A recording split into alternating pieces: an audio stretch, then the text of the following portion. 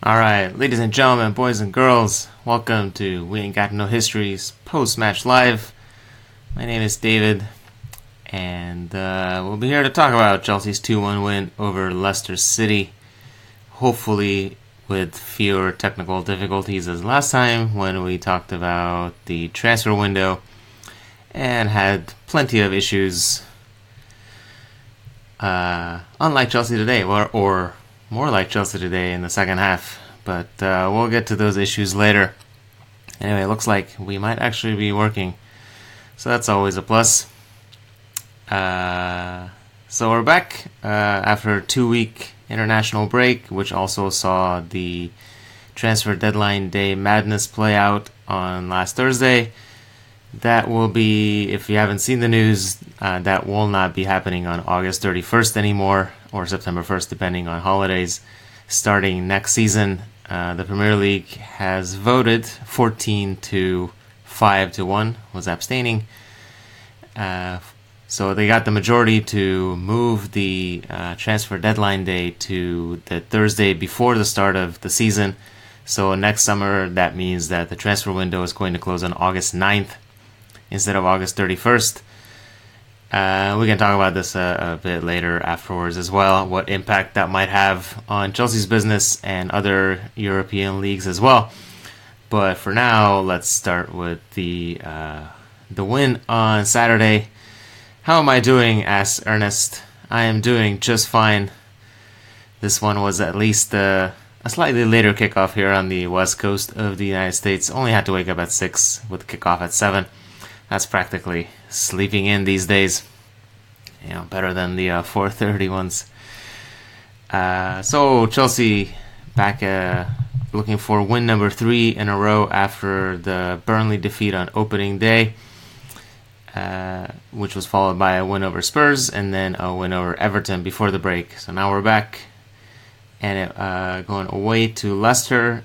Chelsea decided to go with a 3-5-2, which is the formation we deployed against Spurs as well, although that one was a slightly different look at midfield. This one we played with a 3-man midfield, but with Kanté and Bakayoko basically the two deeper, essentially playing as the pivot, and then Fabregas playing in front of him as a number 10.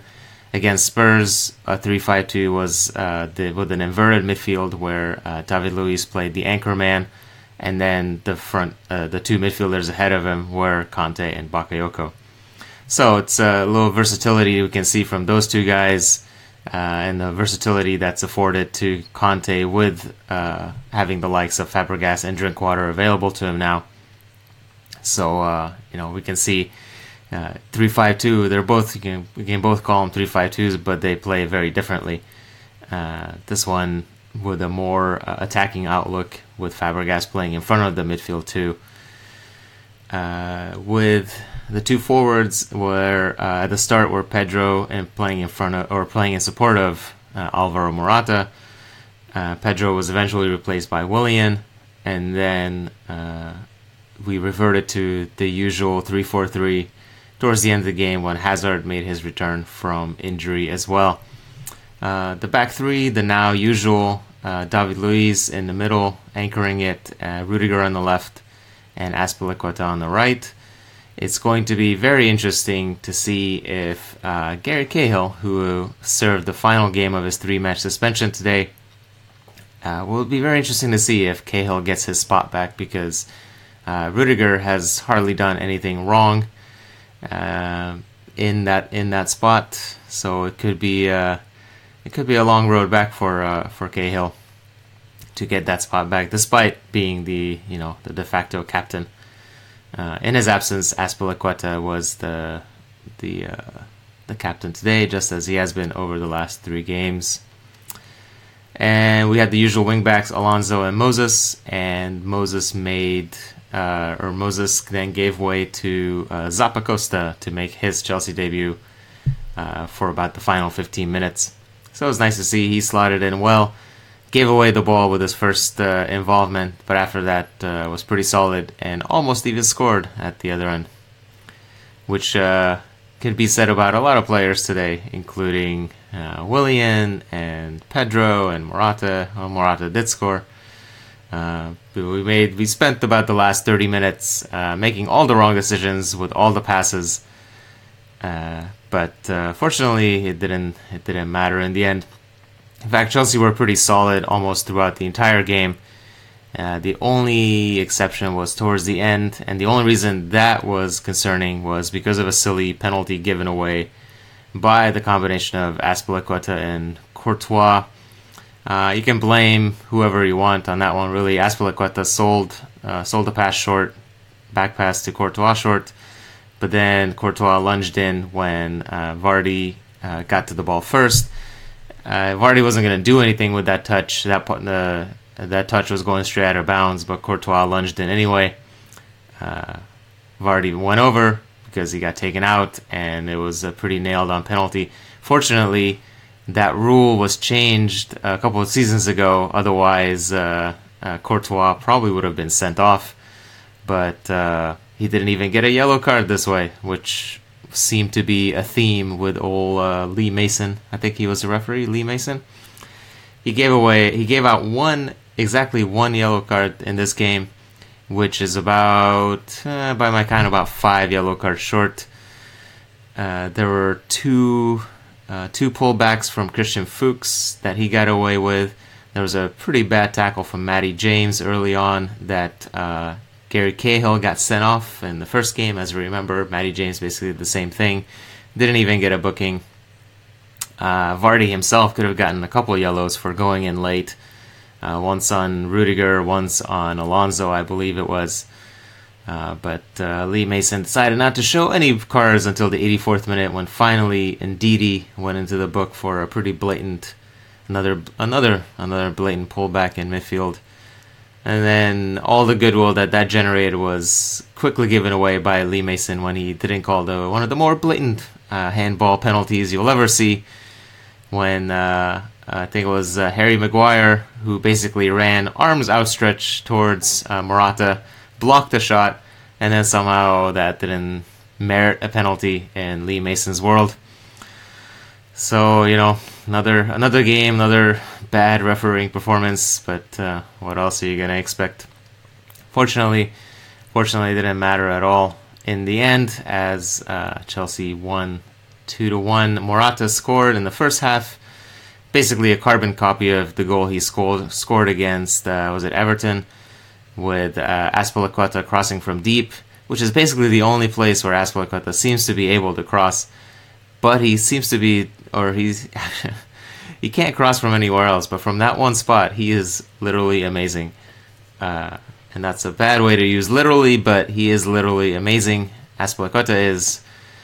And from that one spot, he can pick his cross every time with consistency, and he did it again.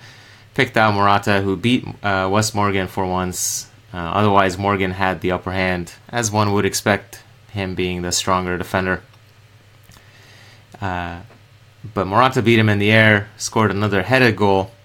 That's 3 goals in 4 games for Morata, all with his head. No assist for Morata today, so, he's fired. But no, so that's 3 goals for him. And then any nerves early in the second half. Kanté coming back to Leicester for the second time or third time with Chelsea and scoring another a daisy cutter, as one would say, is kind of pretty similar to the goal he scored against Manchester United. Was it the second one he scored? Nobody expected him to take a shot from 30 yards, least of all his former teammates. It did go through somebody's legs. I think it was Maguire's legs it went through, so Schmeichel was probably a bit unsighted. He dove late as well and didn't move his feet. And so the ball found the bottom corner, and that was 2-0. And at that point, it was basically over. But Chelsea did make it interesting with that penalty given away, and then with all those chances wasted at the end, especially after Hazard came on and reminded us what we were missing. A little invention, a little dribbling, a little attacking impetus. That was it was good to see Hazard back, and not much worse for the wear, other than his shirt maybe just a little bit tighter there. We saw the little stomach there, Eden, but that'll he'll work that off with now that he's back and ready to play. Bakayoko should be man of the match, says Corncrit, and that's a pretty good shout. I think I'd be okay with either him or Kanté being man of the match. I think we saw at the beginning of the partnership as designed when we decided to go after Bakayoko. Him and Kanté, forming that wall in midfield, that's starting to look pretty good already, and it's only the second game that we've tried this, so that's definitely promising. I think if I were to make a choice, I'd give it to Kanté just because of his goal and because he made more of the splashy plays, tracking down somebody from behind and grabbing the ball, stuff like that. But Bakayoko was definitely solid and definitely promising for the future. Troy says Eaton Hazard, not Eden Hazard. That's a good joke. But there's nothing wrong with a hamburger or two. It's hard to fault him. He's worked hard 3 months to get back from his broken ankle. He can afford a couple hamburgers. It'll go away. Although it's the one drawback of Chelsea's busy schedule, so to say, with Champions League coming up, etc., is our training time has been drastically reduced this season. Last season, basically between once a week games gives you 3-4 days each week just for training. Now we have a game on Tuesday, so there's no training on Sunday. It's day off, so basically you have 1 day to train on Monday, and you get basically that between every single game if there's no travel involved, since we're at home. Now, if we have to travel somewhere, then that's a day of travel. You also lose another training day there. So, Hazard's gonna have to work extra hard to work off those extra hamburgers.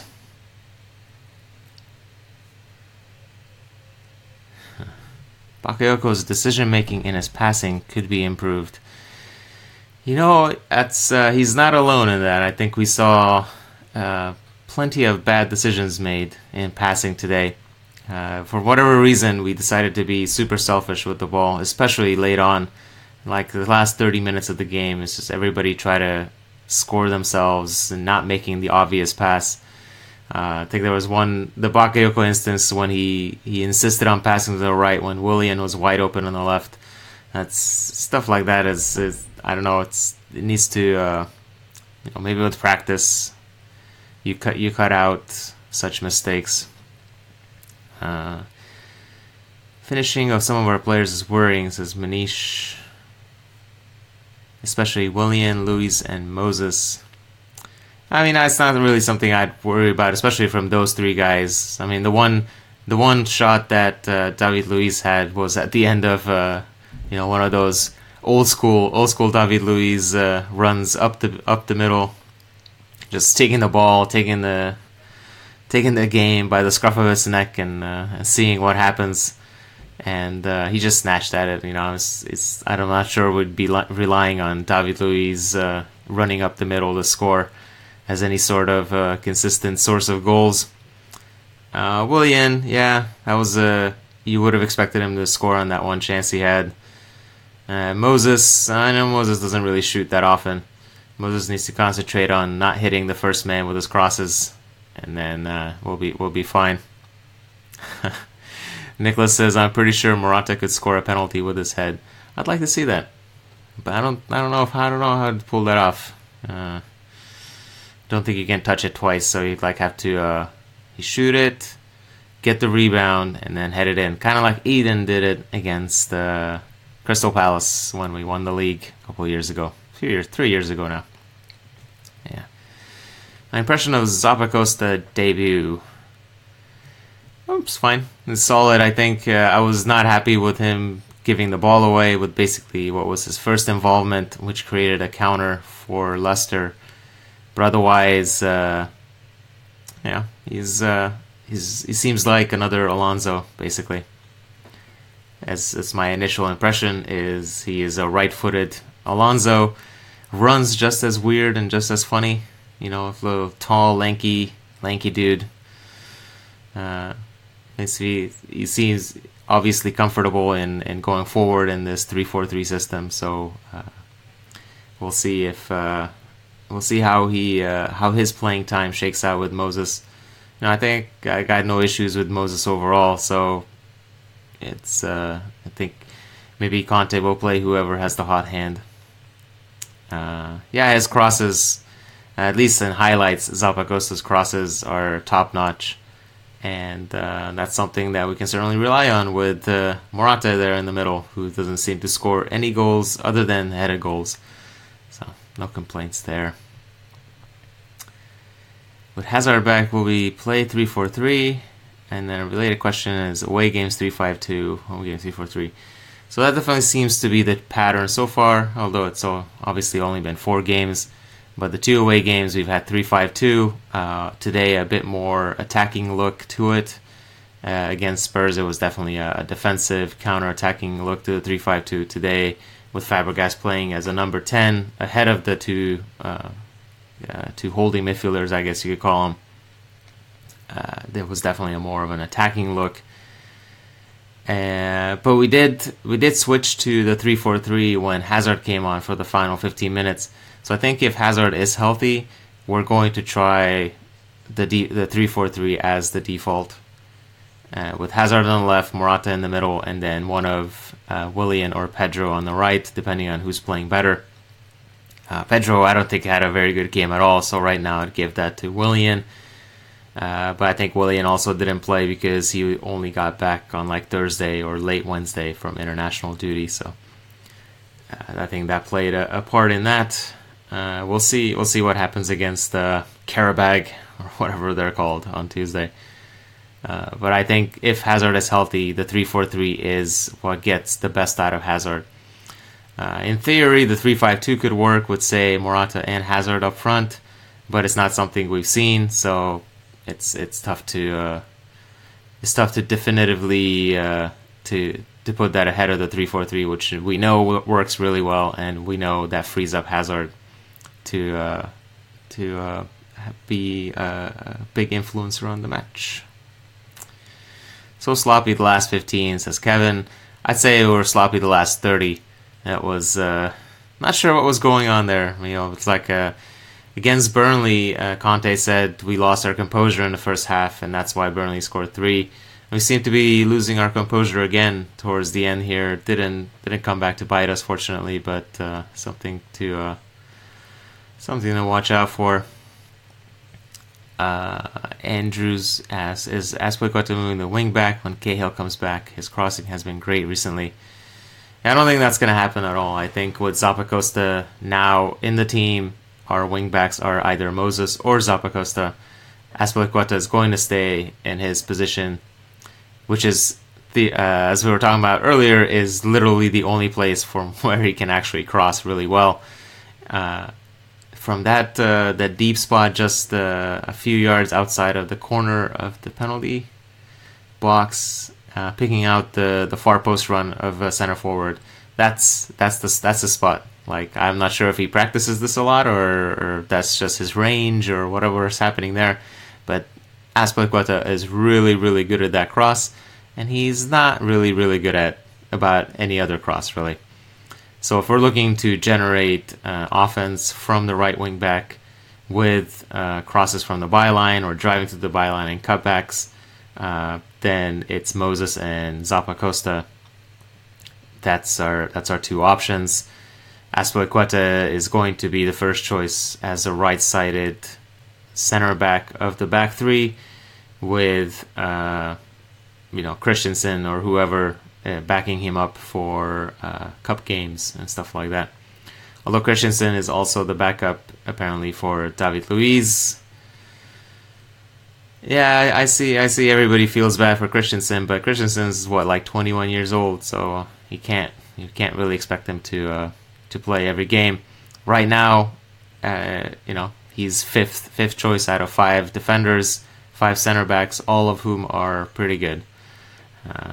David Luiz is clearly first choice in the center. Azpilicueta is clearly first choice as the right-sided center back.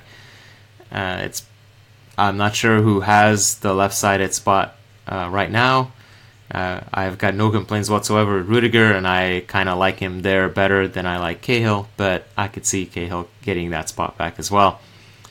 That said, Conte had no problem dropping Terry basically for the whole season last year, despite giving him the armband.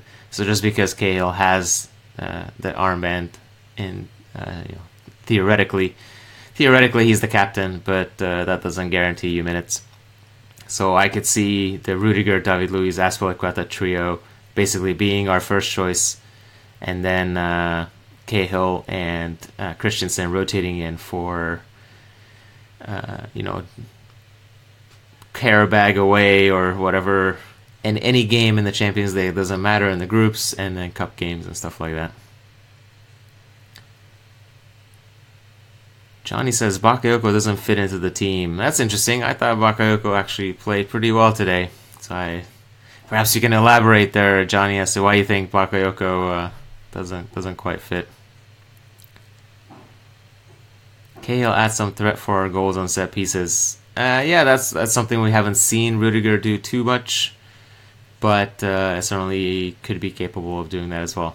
Yeah, Cahill does tend to pop up with the crucial goals, especially on corners, and not even just directly from his head, but often getting to the rebounds and slamming them in.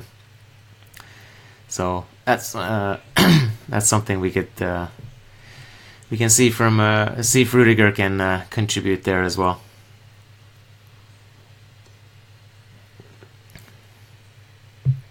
Our new tactics. Bakayoko's passing seems poor. Yeah, I think some of that has to do just him getting used to the system. We saw before the international break, we saw Morata being out of tune with a lot of the passes into him from like Pedro and his international teammates. And certainly today, he seemed to be a lot more on the same wavelength. We actually managed to find him a lot more often, a lot more consistently.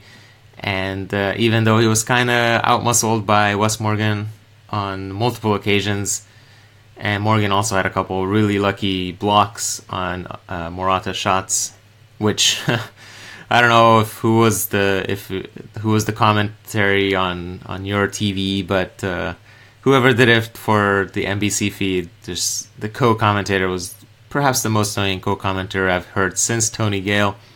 This was not Tony Gale. This was Danny somebody else.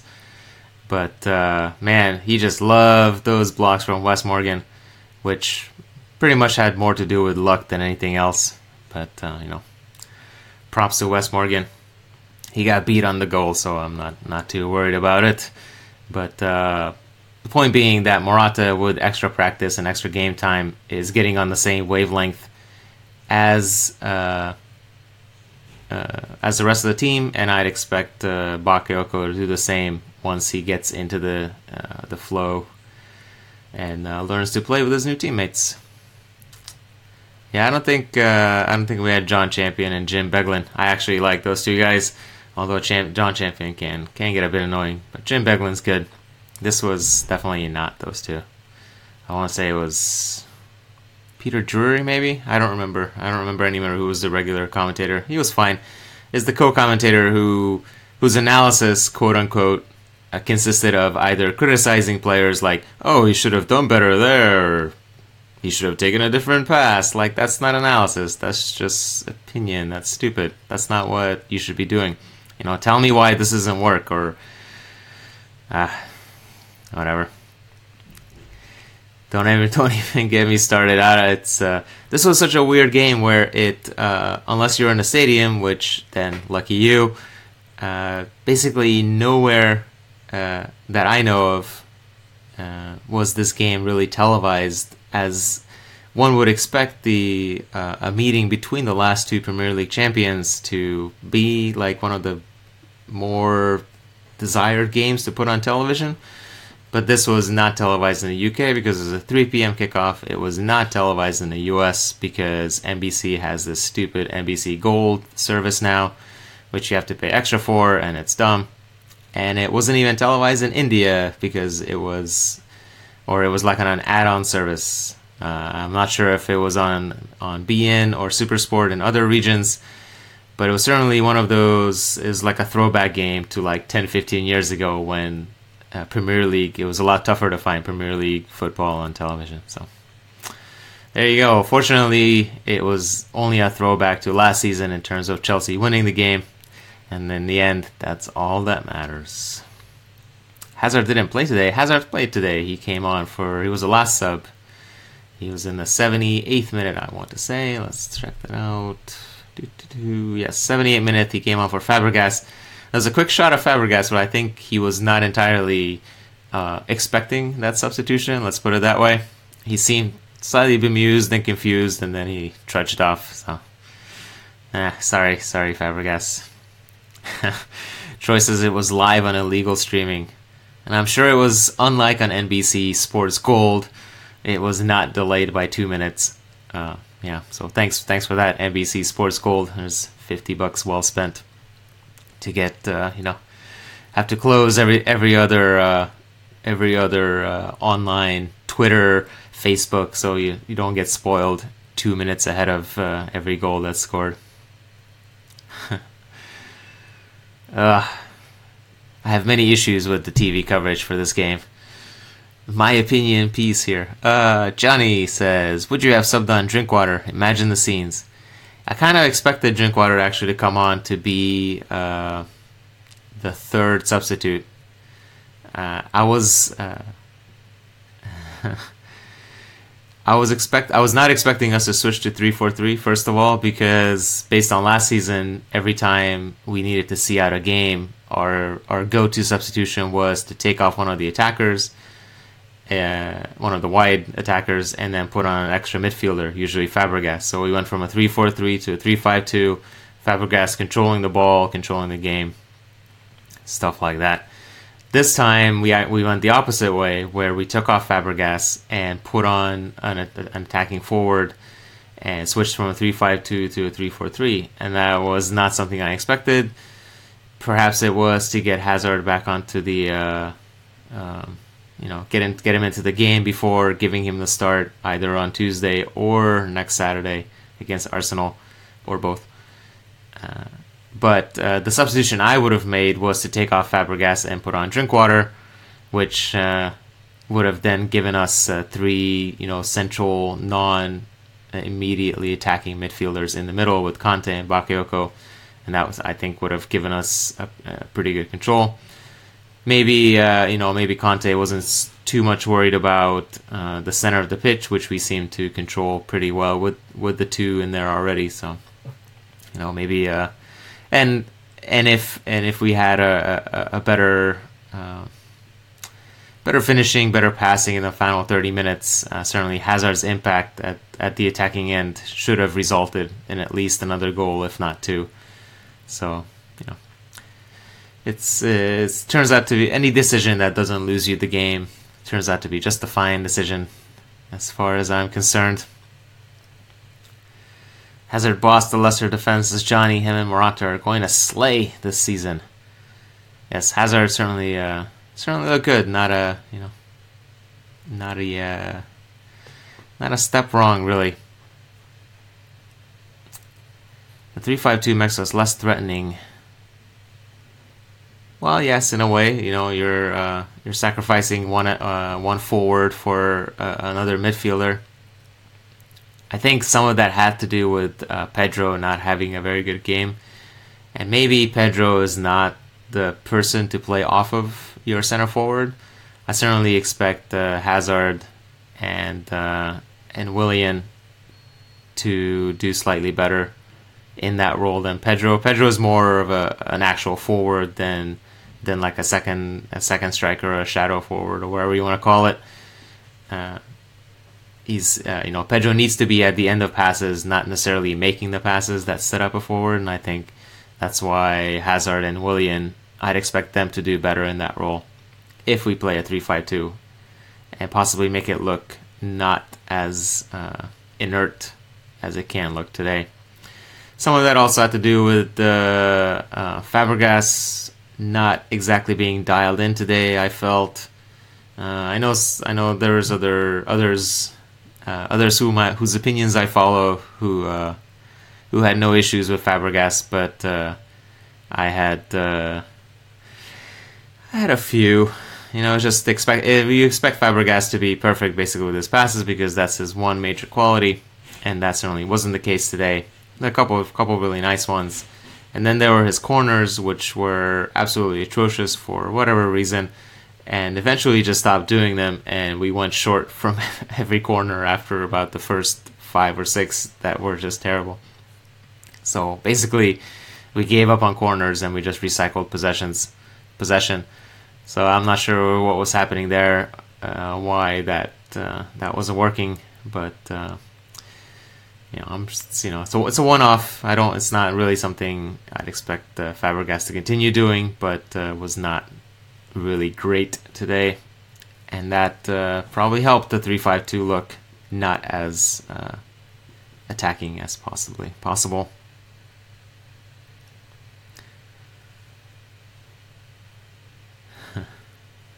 Chris says, don't think Moses and Pedro are really up to full fitness yet, certainly not compared to George Michael.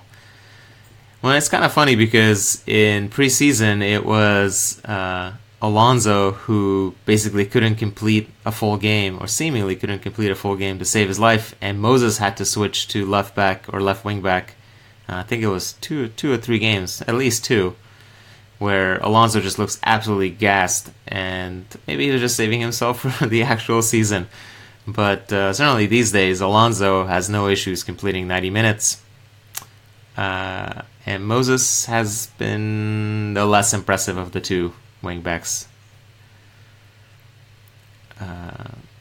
We'll see how this shakes out now that we have multiple games in a week. Coming up on Tuesday, it's Karabag. I don't know much about Karabag. I don't expect Karabag to be good, but I'm not really sure that allows us to simply rest Alonso and rotate everybody as if we were playing League Cup 3rd round. So now becomes, here comes the test that of the rotation. If see how much Kanté trusts his new squad. He made it pretty clear that he didn't trust the players beyond the first 13 or 14 last season. Basically the starting 11 plus Fabregas and Willian. So we'll see. He needs to, he obviously can't run the same 11 into the ground. We do have Drinkwater. We have 4 midfielders who should be able to be trusted now.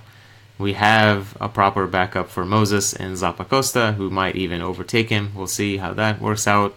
I don't think Moses' spot is in danger at the moment, but as Costa does well,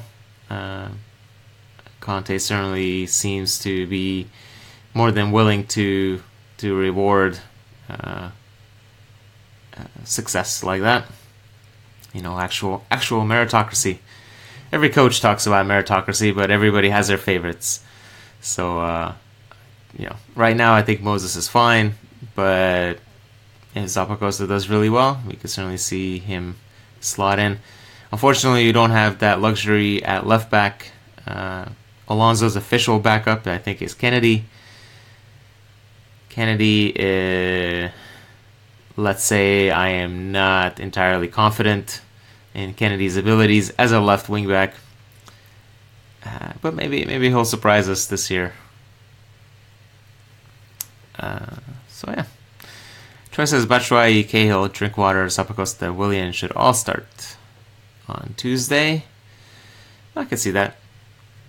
I think we'll do a pretty a pretty strong rotation. But even Kanté is not one to really rotate the whole squad, so he's gonna do it opportunistically, I think. But there's that. Hopefully he definitely keeps an eye on the Arsenal game that's coming up next weekend. Then again, it's Champions League and it's Chelsea's return to Champions League, and we really can't afford not to win this game. So we'll see. Yeah, Baba Rahman, good old Baba Rahman. He did not go to Turkey, unlike some rumors claimed in the final hours of that window. Yeah, that's a good joke, Troy. Yeah, that's a good joke. Baba Rahman is apparently training with the first team these days, even though he is not registered to play in the Premier League, and even though Schalke decided not to take him on loan, citing knee injury reasons. But apparently his knee injury is not really that bad anymore. He back in January it was, when he was playing in the Africa Cup of Nations, he blew out his ACL and tore his meniscus, so that's pretty serious, to say the least. That was 8 months, 7, 8 months ago now, so he certainly should be back in recovery. But yeah, I haven't heard any official confirmation that Baba Rahman would have been added to the Premier League squad. Watford, for example, were able to make a late addition past the supposed deadline because they loaned out a player to Spain past the transfer window, or past the English deadline, and the Premier League allowed them to make a late registration for one of their players. And we kind of assumed, because Chelsea sold Loic Remy to Spain on the Friday after the English window closed, but the Spanish window was still open. So we theoretically could register a player now that Remy's gone, and Remy got registered for God knows why. It's one of those mystery decisions, kind of like signing Papi Djiloboji on that level. So Remy got registered, but he's been sold, so we have an empty spot, and I would assume we wanted to register Baba Rahman there, or we would have wanted to. The Chelsea official website, I believe, has Baba Rahman in the squad, as part of the squad, but that's not really anything official. The Premier League website also has Baba Rahman as part of Chelsea's Premier League squad, but then we still haven't heard any official confirmation whatsoever. And when Watford did their swap, they actually released an official statement, or at least posted a news item on their website. And that's not something we've done yet. Presumably, if we do register Baba at some point, if we can, we would at least let somebody know. That's if he can play. I don't know exactly how this works for League Cup, if he's available to play the League Cup. It's one of those, there's no clear rules that I can find, whether the registration for the Premier League also is the registration that controls the League Cup. I don't think it is. I think those usually have a registration that people don't really talk about. It's like the Friday before or something like that. You have to, it's per round, you have to submit a squad, but nobody really ever, this doesn't really become public news, anything like that, because it's usually just the same as your Premier League squad or whatever. So maybe Baba can make an appearance there, but don't quote me on that. And for all we know, maybe he's just training. He certainly looked ready enough to play in the 30 seconds of training video we saw, which clearly makes us experts on his condition. Much like YouTube highlights. Is there any real news with Costa? A few leagues still open for transfers. Do we just sit in for at least half a year? Yeah, so good old Diego. The news on Diego is, well, no real news. If you want real news, sorry, we only do fake news these days. The real news in Costa is that he's in Brazil, at least was the last time he posted something on Instagram. which is basically the only way we know where he's at. There were rumors last week that he was back in London. That's been shot down by Chelsea and most Chelsea-linked reporters. There were some rumors that he might have gone to Turkey because the Turkish transfer window was open till yesterday. He did not. He was linked with Fenerbahce. They ended up signing Vincent Janssen from Spurs.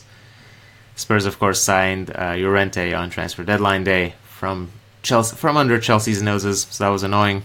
They had so they sold Janssen on. So Costa didn't go to Turkey.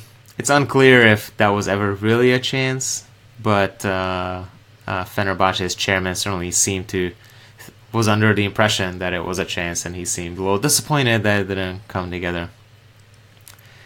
So as far as we know, Costa remains with Chelsea officially. He's registered in the Premier League, but I think that's more of a legal maneuvering thing. So that if he ever follows through on his silly legal threats to sue for constructive dismissal or discrimination or whatever he was claiming, we can point to the fact that we registered him in the Premier League and we expected him to play or be back at the club. We've issued several calls for him to return to training. Of course, that would be training with the reserves, not with the first team. Presumably would keep him very far away from the first team so that he and Kanté don't cross the streams, because that could be interesting. Now, all this, I think, is working towards a resolution where we sell Costa to Atletico and he goes and trains with Atletico. Because he can't actually play at Atletico until January, we can basically sell him at any point. The transfer window only controls when you can register players. You can sell them at any time. Usually you don't do that, obviously, outside of transfer windows, but because we're not going to play Costa and Atletico cannot play him, it really doesn't matter when we agree this transfer and where he goes to train. It's been made pretty clear to him that if he's not training and he's not playing, soon anyway, he's going to be dropped permanently from the Spain team. He already was dropped this last couple weeks because, of course, he hasn't had a preseason. He hasn't played in like 3 months. And, they called up David Villa, of all people, who's like 80 years old these days.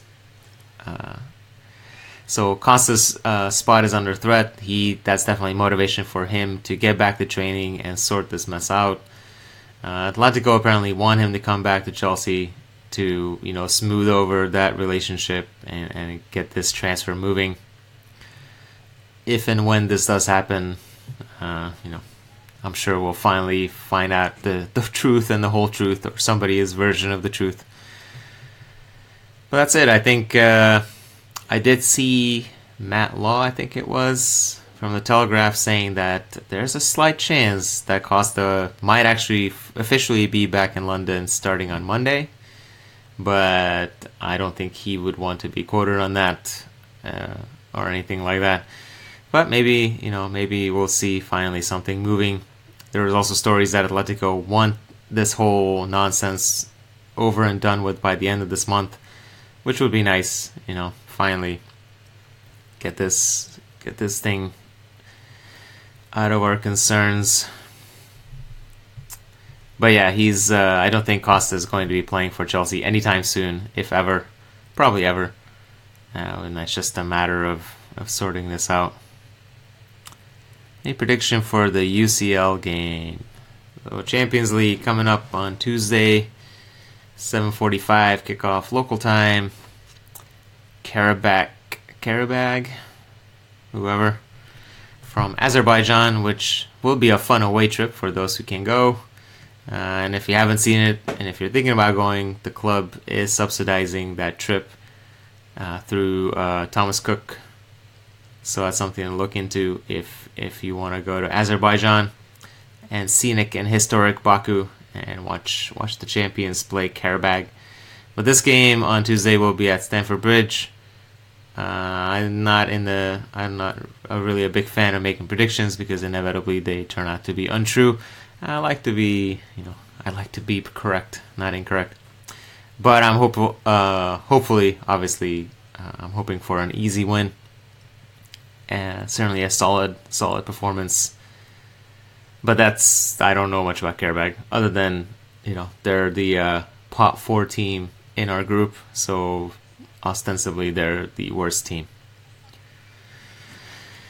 All right, so today Chelsea make it 3 wins in a row. We will be, after opening day defeat, we will finish this weekend in the top 4.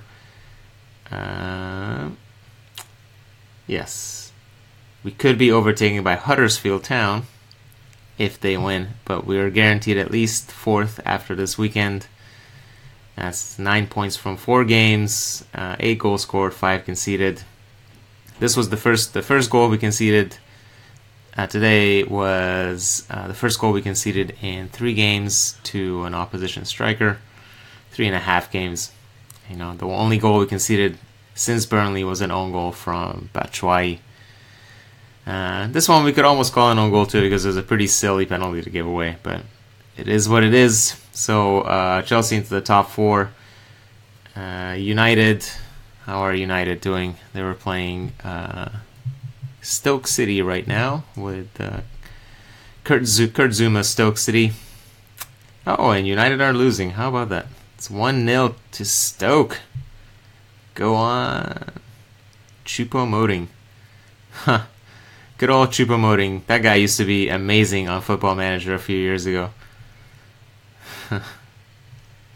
So hopefully, the fighting Kurt Zoumas hopefully can pull off this upset. If they do, if United only get a point out of today, they'll go back up top. But if they lose, then City will be top after the weekend with 10 points from 4 games.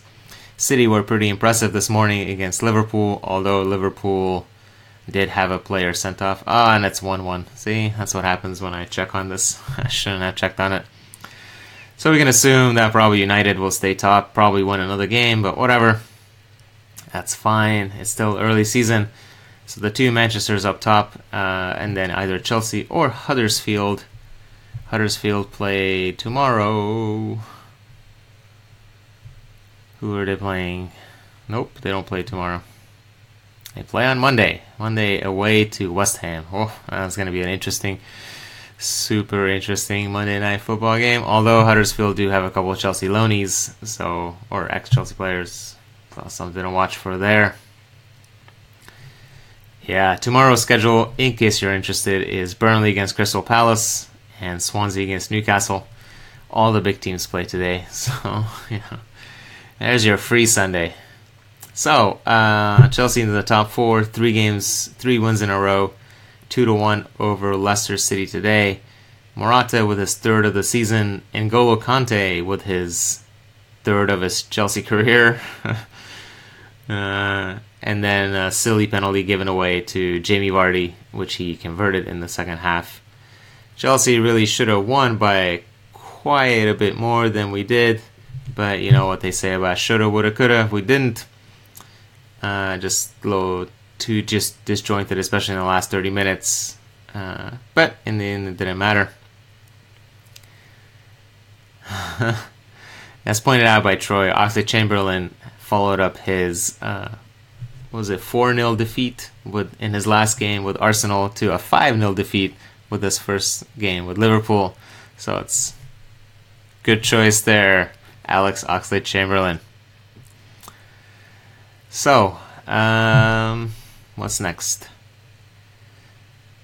Alright, so we'll talk to you next after Tuesday's game against Karabag. Probably not right after because it's a late game and that means it's on my lunch break and I apparently have to work that day too. So we'll probably do like a morning thing, UK time, late US time, whatever time that might be in your time zone. It'll be like a post-match, not live. Post-match 8 hours later, or 12 hours later. Whatever. We shall talk to you then. Today, Chelsea win a third game in a row, 2-1 over Leicester. Solid performance in the first half. Solid performance the first 15 minutes of the second half. And a bit of a silly performance the last 30 minutes. But a win's a win is a win. And we're in the top 4 now, so now we just have to stay there the rest of the season. Easy peasy. Right? It's always a good day when Chelsea win. So I think we're going to wrap it up, and we're going to go watch the second half of Stoke. This is Kurt Zuma's Stoke City against Manchester United, which apparently now is 1-1. So hopefully Sparky and the rest of the Stokies can pull this off. Thanks for watching. If you watched any part of this, or if you watched the whole thing, thanks for the comments and the questions. And we shall chat with you on Wednesday morning after Chelsea's return to the Champions League. 2-1 today and into the top 4. Alright.